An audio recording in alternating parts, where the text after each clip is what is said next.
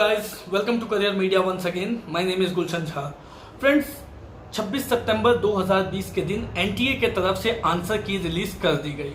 Answer की release करने के बाद आंसर की चैलेंज फैसिलिटी को अभी तक स्टार्ट नहीं की गई है। साथ में ओएमआर शीट चैलेंज फैसिलिटी को भी अवेल नहीं की गई है। और ओएमआर शीट चैलेंज फैसिलिटी को अवेल करने से पहले अगर देखें तो ओएमआर शीट और रिस्पॉन्स शीट को भी पब्लिश नहीं किया गया है। तो जानते हैं इसके पीछे क्या रीज़न है जिस वजह से आंसर की चैलेंज फैसिलिटी को कब से स्टार्ट किया जाएगा, क्यों स्टार्ट नहीं की गई है, और ओएमआर शीट और रिस्पॉन्स शीट को अभी तक पब्लिश क्यों नहीं की गई है और उसे पब्लिश कब तक किया जा सकता है।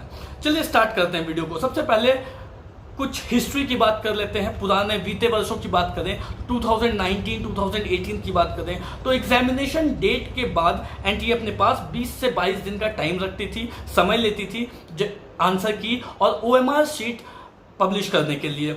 मगर इस बार क्योंकि सेशन लेट हो रहा है, एग्जामिनेशन ऑलरेडी डिले है, तो एनटीए इस समय को थोड़ा सा यूटिलाइज कर दिया। उन्होंने थोड़ा सा इस समय को कम किया है। आंसर की को पब्लिश करने में उन्होंने सिर्फ 13 दिन का समय लिया है। मगर आंसर की पब्लिश करना कोई बहुत बड़ी बात नहीं है। आंसर की क्योंकि कॉमन होती है, कॉमन आंसर सेट्स होते हैं, उन सेट्स को एनटीए की ऑफिशियल वेबसाइट पे जारी कर दिया और स्टूडेंट्स से ये कह दिया कि आप जो है आंसर की को डाउनलोड कर सकते हैं एनटीए की ऑफिशियल वेबसाइट से। मगर जहां पर ओएमआर शीट और रिस्पॉन्स शीट की बात करें तो वो हर एक स्टूडेंट की, हर एक एस्पिरेंट्स की अलग अलग ओएमआर शीट होती है और उसकी रिस्पॉन्स शीट होती है, जिसे स्टूडेंट के जो एप्लीकेशन नंबर है, जो लॉगिन आईडी, पासवर्ड स्टूडेंट की तरफ से क्रिएट किया गया है, उस पर अपलोड करना होता है। हर एक स्टूडेंट की अलग अलग ओएमआर शीट और रिस्पॉन्स शीट होती है।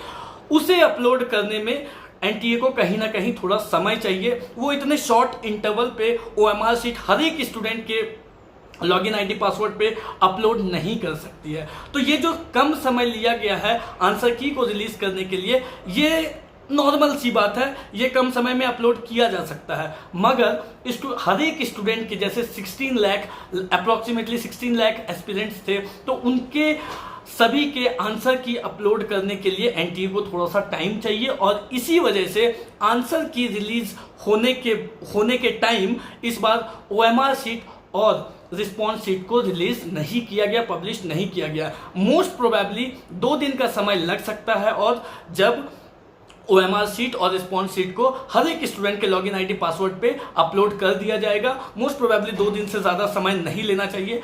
ओएमआर शीट और रिस्पॉन्स शीट को पब्लिश करने के बाद स्टूडेंट्स ये देखेंगे कि ओएमआर चैलेंज फैसिलिटी को भी स्टार्ट कर दिया गया और आंसर की चैलेंज फैसिलिटी को भी स्टार्ट कर दिया जाएगा। एक बार ओएमआर शीट और रिस्पॉन्स शीट अपलोड कर दिया जाए और इन फैसिलिटीज को स्टार्ट कर दिया जाए, चैलेंज करने की फैसिलिटीज को, आंसर की चैलेंज करने की फैसिलिटीज को और ओएमआर शीट चैलेंज करने की फैसिलिटीज को स्टार्ट कर दिया जाए, तो उसके बाद 2 से 3 दिन का टाइम और एनटीए लेगी, या आप कह सकते हैं कि और एनटीए 2 से 3 दिन का समय स्टूडेंट्स को दिया जाता है जब वो इसे चैलेंज कर सकते हैं। तो ओएमआर शीट और रिस्पॉन्स शीट के पब्लिश होने के बाद चैलेंजिंग फैसिलिटी को स्टार्ट किया जाएगा और इस चैलेंजिंग फैसिलिटीज के लिए 2 से 3 दिन का समय दिया जाएगा स्टूडेंट्स को। उस 2 से 3 दिन के बाद जब चैलेंजिंग फैसिलिटीज के वो जो इंटरवल दी जाती है एनटीए की तरफ से 2 से 3 दिन का समय दिया जाता है, उस इंटरवल के ओवर होने के 7 से 8 दिन के बाद मोस्ट प्रोबेबली रिजल्ट पब्लिश की जाती है। तो अगर रिजल्ट की डेट अभी तक 12 अक्टूबर 2020 रखी गई है, तो मोस्ट प्रोबेबली आप देखेंगे कि 30 तारीख तक में, 30 से पहले ही जो 29 तारीख तक में आपको ओएमआर शीट, रिस्पॉन्स शीट और आंसर की चैलेंज, साथ में ओएमआर शीट चैलेंज की फैसिलिटीज को आप देखेंगे कि 29 तारीख के आसपास स्टार्ट हो जानी चाहिए। उसके बाद 3 दिन का समय दिया जाएगा स्टूडेंट्स को और उसके बाद उस चैलेंजिंग फैसिलिटीज को कंप्लीट करने के बाद वो जो प्रोसेस है, प्रक्रिया है, उस प्रक्रिया को कंप्लीट करने के बाद आप देखेंगे कि 12 तारीख के आसपास हो सकता है रिजल्ट पब्लिश कर दी जाए। हालांकि ये जो 12 तारीख वाली डेट दी गई है, 12 अक्टूबर की जो डेट दी गई है रिजल्ट की, ये अभी तक ऑफिशियल नहीं है। ये अभी तक अलग अलग माध्यम से ही पता चल पाया है। तो हो सकता है कि 12 अक्टूबर से पहले भी एनटीए रिजल्ट जारी कर दे। तो फ्रेंड्स, मुझे लगता है बेसिकली यही कुछ रीजंस रहे हैं जिस वजह से आंसर की ओएमआर शीट और रिस्पॉन्स शीट को पब्लिश नहीं की गई है। मोस्ट प्रोबेबली 2 से 3 दिन के अंदर आप देखोगे, 2 दिन के अंदर मैक्सिमम ये ओएमआर शीट और जो रिस्पॉन्स शीट है वो भी जारी कर दी जाएगी, और उनके साथ ही आंसर की चैलेंज और ओएमआर की शीट चैलेंज फैसिलिटीज को भी स्टार्ट कर दिया जाएगा। बाकी इस वीडियो में फिलहाल इतना ही। मिलते हैं नेक्स्ट वीडियो में कुछ और अपडेट्स के साथ। काउंसलिंग की टिप्स को जानने के लिए चैनल के साथ बने रहिए। चैनल को सब्सक्राइब कर लीजिए। अगर वीडियो का कंटेंट अच्छा लगा हो तो लाइक और शेयर ज़रूर करें, और काउंसलिंग से जुड़ी जो भी सजेशंस होंगी वो मैं वीडियोस के थ्रू लाता रहूँगा।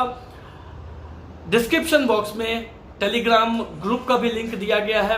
अगर आप टेलीग्राम ग्रुप में हमसे जुड़ना चाहते हैं, सारी अपडेट्स टेलीग्राम ग्रुप में अपलोड कर दी जाती है, तो आप टेलीग्राम ग्रुप को भी ज्वाइन कर लें और सारी अपडेट आपको टेलीग्राम ग्रुप के थ्रू भी मिलती रहेगी।